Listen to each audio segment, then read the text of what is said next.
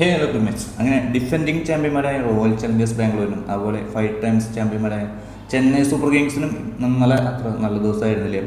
ആദ്യ മത്സരത്തിൽ royal Challengers Bangalore Delhi ക്യാപിറ്റൽസിനോട് 6 വിക്കറ്റിനും അതുപോലെ രണ്ടാം മത്സരത്തിൽ ചെന്നൈ സൂപ്പർ കിങ്സ് സൺറൈസേഴ്സ് ഹൈദരാബാദിനോട് 10 റൺസിനുമാണ് ഇന്നലെ തോറ്റത്. ഇന്നലത്തെ രണ്ട് മത്സരങ്ങൾ നോക്കാൻ വെച്ചാൽ അത്യാവശ്യം ഒരു ക്ലോസ് എൻകൗണ്ടേഴ്സ്, അതായത് ഒരു ഹെഡ് സീറ്റഡ് ത്രില്ലർ എന്ന രീതിയിലായിരുന്നു ഇന്നലത്തെ രണ്ട് മത്സരങ്ങളും. നമ്മൾ ഫാൻസിനെ സംബന്ധിച്ച് അത്ര നല്ല ഇന്നലെ സംഭവിച്ചെങ്കിലും ക്രിക്കറ്റ് പ്രേമികൾക്ക് നല്ല കാഴ്ച വിരുന്നായിരുന്നു, നല്ലൊരു ക്രിക്കറ്റ് വിരുന്ന് തന്നെയായിരുന്നു ഇന്നലത്തെ രണ്ട് മത്സരങ്ങൾ. അപ്പോൾ നമുക്ക് ഇന്നലെ നടന്ന CSK വേഴ്സസ് സൺറൈസേഴ്സ് മത്സരത്തിൽ വരാൻ വെച്ചാൽ ഇന്നലെ തല ധോണി ഇറങ്ങുമെന്ന് പറഞ്ഞാൽ ഓരോ മത്സരം കഴിയുമ്പോഴും ഫാൻസിനെ പറഞ്ഞ് പറ്റിച്ചുകൊണ്ടിരിക്കുന്നതല്ലാതെ ധോണി ഇന്നലെയും കളിക്കാനുണ്ടായില്ല. അപ്പോൾ ഇന്നലെ ടോസ് ചെന്നൈക്കാണ് കിട്ടിയത്. ചെന്നൈ ക്യാപ്റ്റൻ ഋതുരാജ് ഗെയ്ക്വാദ് സൺറൈസേഴ്സിനെ ബാറ്റിങ്ങിനാക്കിയായിരുന്നു. സൺറൈസേഴ്സിന് വേണ്ടി ഓപ്പൺ ചെയ്ത് മറ്റൊരല്ല അഭിഷേകും ട്രാവിസും ഒരു വെടിക്കെട്ട് തന്നെ പ്രതീക്ഷിച്ചാണ് എല്ലാവരും ഇരുന്നത്. പ്രത്യേകിച്ച് സൺറൈസേഴ്സിൻ്റെ ഹോം ഗ്രൗണ്ടിലായിരുന്നു. അങ്ങനെ ഇരുവരെയും ട്രാവിസിനെയും അഭിഷേക് ശർമ്മയും കൂട്ടാനായിട്ടും ഋതുരാജ് ഗെയ്ക്വാദ് പാർട്ട് ടൈം സ്പിന്നറായ മാത്യു ഷോട്ടിനെ പന്തേൽപ്പിക്കുന്നു. കാരണം സ്പിന്നിന് മുന്നിൽ കുറച്ചൊന്ന് സ്ട്രഗിൾ ചെയ്യുന്ന ഇരുവരെയും നമുക്ക് കാണായിരുന്നു. അതുകൊണ്ട് മാത്യു ഷോട്ടിനെ പന്തേൽപ്പിക്കുന്നു. അങ്ങനെ അത് വർക്കൗട്ട് ആകുന്ന ആദ്യ ഓവറിൽ വലിയ റൺസൊന്നും കണ്ടെത്തി ഇരുവർക്കും സാധിച്ചില്ല. മാത്യു ഷോട്ട് അത്യാവശ്യം നന്നായി പന്തുകയും ചെയ്തു. എന്നാൽ 5-ാം ഓവർ എറിയാവുന്ന മാത്യു ഷോട്ടിനെ 3 4 2 6 അടിച്ചത് 25 റൺസ്. അതായത് ഇനി പണി പാടുമെന്ന് മനസ്സിലായി. അങ്ങനെ ആ 15 ബോൾ 50 എന്നൊരു ഫാസ്റ്റസ്റ്റ് 50 അഭിഷേക് ശർമ്മ ഇന്നലെ 5-ാമത്തെ ഓവറിൽ തന്നെ നേടുകയും ചെയ്തു. പിന്നെ മാത്യു ഷോട്ടിന് പന്ത് കൊടുത്തിട്ടില്ല.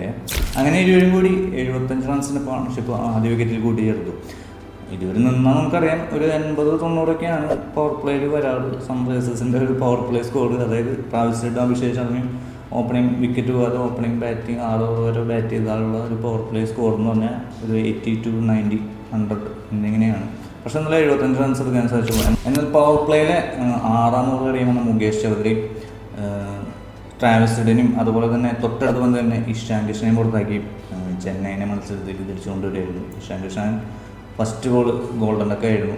എന്നാൽ 8-ാം ഓവറിലെ അവസാന ബോളിൽ അഭിഷേക് ശർമ്മയോടുകൂടി സൺറൈസേഴ്സ് ബാറ്റിംഗ് തകർച്ച നേരിടുകയായിരുന്നു. ഇതിനിടെ അഭിഷേക് ശർമ്മയുടെ ഒരു ക്യാച്ച് ശിവൻ ദൂബെ പാഴാക്കി. 8-ാം ഓവറിലെ അവസാന ബോളിൽ ആ ഒരു ബോള് ജസ്റ്റ് ഒരു ഫെദർ ടച്ച് മാത്രമേ ഉണ്ടായിരുന്നുള്ളൂ. പക്ഷേ ജാമ്യോട്ടിന് വലിയ ഉറപ്പുണ്ടായില്ല. എന്നാൽ സഞ്ജു സാംസൺ അത് അപ്പീൽ ചെയ്യുകയായിരുന്നു. അത് ഔട്ട് തന്നെയായിരുന്നു, ഒരു ജസ്റ്റ് ഒരു ഫെദർ ടച്ച്.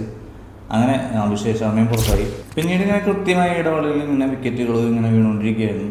എന്നാൽ മറുവശത്ത് കുറച്ച് തന്നെ ഹെൻറി ക്ലാസിൻ്റെ ഒരു ഇന്നിങ്സ് സൺറൈസേഴ്സിനെ 194 റൺസിലെത്തിക്കുകയായിരുന്നു. സൺറൈസേഴ്സിന് വേണ്ടി ഹെൻറി ക്ലാസിന് ഇന്നലെ 39 പന്തിൽ 6 4 2 6 ഉൾപ്പെടെ 59 റൺസാണ് ഇന്നലെ സൺറൈസേഴ്സിന് വേണ്ടി അടിച്ചത്. അതോടുകൂടി ഈ IPL 3-ാം 50 ഇന്നലെ ക്ലാസ് നേടിയത്. പിന്നാലെ ഓറഞ്ച് ക്യാപ്പും തിരിച്ച് ഹെൻറി ക്ലാസിൻ്റെ തലയിൽ തന്നെ എത്തി. CSKക്ക് വേണ്ടി ഇന്നലെ അൻഷുൽ കമ്പോജും അതുപോലെ ജാവി ഓമട്ടനും 3 വിക്കറ്റും വീതം നേടി. മുകേഷ് ചൗധരി ഇന്നലെ 2 ഓവറിന് 2 വിക്കറ്റും CSKക്ക് വേണ്ടി നേടുകയും. അങ്ങനെ സൺറൈസേഴ്സിൻ്റെ 195 എന്ന സ്കോർ ചേസ് ചെയ്യാൻ CSK ബാറ്റേഴ്സായിട്ട് സഞ്ജുവും ക്യാപ്റ്റൻ ഗെയ്ക്വാദും കൂടി ഓപ്പണിംഗ് വരുന്നു. കഴിഞ്ഞ മത്സരത്തിലെ ഹീറോയായ പ്രഫുൽ ഹിഞ്ചെ ആദ്യ ബോളിൽ തന്നെ 6 തൂക്കി സഞ്ജു സാംസൺ തുടങ്ങിയെങ്കിലും 2-ാം ഓവറിന് നിതീഷ് കുമാർ റെഡ്ഡിയുടെ ഷോർട്ട് ബോളിൽ സഞ്ജു സാംസണിന് വേണ്ടത്ര കണക്ട് ചെയ്യാൻ സാധിക്കാതെ വന്നപ്പോൾ അത് ഹെൻറി ക്ലാസിൻ്റെ കയ്യിൽ ഒതുങ്ങി. അങ്ങനെ സഞ്ജു വീണ്ടും ഒരു നിരാശാജനകമായ ഇന്നിങ്സ് കളിച്ച് പുറത്താവുകയായിരുന്നു. പിന്നീട് 1 ഡൗണായി ആയുഷ് മാത്രമായിരുന്നു. ആയുഷ് മാത്രം അത്യാവശ്യം തകർത്തടിച്ചുകൊണ്ടിരിക്കുമ്പോഴാണ് നിതീഷ് കുമാർ റെഡ്ഡി തന്നെ വീണ്ടും CSKയുടെ വില്ലനായി വരുന്നത്. ആയുഷ് മാത്രമേ ഹെൻറി ക്ലാസിൻ്റെ കൈകളിൽ എത്തിച്ച് CSKക്ക് വീണ്ടും ഒരു തിരിച്ചടി നൽകുകയായിരുന്നു. 13 പന്തിൽ 5 4 1 6 ഉൾപ്പെടെ 30 റൺസാണ് ഇന്നലെ ആയുഷ് മാത്ര അടിച്ചത്. ഇതിനിടെ ആയുഷ് മാത്രയ്ക്ക് ചെറിയൊരു ഇഞ്ചുറിക്ക് പറ്റിയിട്ടുണ്ടായിരുന്നു. അപ്പോൾ അത് കാര്യമായിട്ട് അദ്ദേഹത്തിന് ബാറ്റിങ്ങിന് പകർത്തിക്കുകയായിരുന്നു. അങ്ങനെ 30 റൺസൊക്കെ ആയുഷ് മാത്രം കൊടുത്തത്. പിന്നാലെ പവർ പ്ലേയിൽ അവസാന ഓവറുകളിൽ വന്ന ഇഷാൻ മലിംഗ ക്യാപ്റ്റൻ ഋതുരാജ് ഗെയ്ക്വാദിന് പറഞ്ഞു വെച്ചതോടുകൂടി CSK പവർ പ്ലേയിൽ തന്നെ ബാറ്റിംഗ് തകർച്ച നേരിടുന്ന കാഴ്ചയാണ് കണ്ടത്. എന്നാൽ 4-ാം വിക്കറ്റിൽ ഒത്തുചേർന്ന സർഫറാസ് ഖാനും മാത്യു ഷോട്ടും 46 റൺസിൻ്റെ പാർട്ട്ണർഷിപ്പ് ബിൽഡ് ചെയ്തെങ്കിലും 11-ാം ഓവർ പറഞ്ഞ ഇഷാൻ മലിംഗ സർഫറാസ് ഖാനെയും അതുപോലെ 12-ാം ഓവറിൽ ശിവാൻ കുമാർ തകർപ്പനടിക്കാരനെ ഡിവാൽ ബ്രൂസിനെ പുറത്താക്കി സൺറൈസേഴ്സിന് വീണ്ടും മത്സരത്തേക്ക് തിരിച്ചുകൊണ്ടുവരുന്നു. അങ്ങനെ 113-ന് 5 എന്ന നിലയിലേക്ക് CSK ഇന്നിങ്സ് വീഴുകയായിരുന്നു. പിന്നീട് 6-ാം വിക്കറ്റിൽ ആറുചാമി ശിവൻ ദൂബെ മാത്യു ഷോട്ടും ചേർന്ന് 35 റൺസ് ചെന്നൈയെ വിജയത്തിലെത്തിക്കുന്നതും ശിവനും ആ വിജയ പ്രതീക്ഷകളെല്ലാം ഔട്ടാക്കി കഴിഞ്ഞ മത്സരത്തിലെ മറ്റൊരു ഹീറോയായിരുന്ന സാക്കിബ് ഹുസൈൻ ശിവം ദുബെ ബോൾഡാക്കിയായിരുന്നു.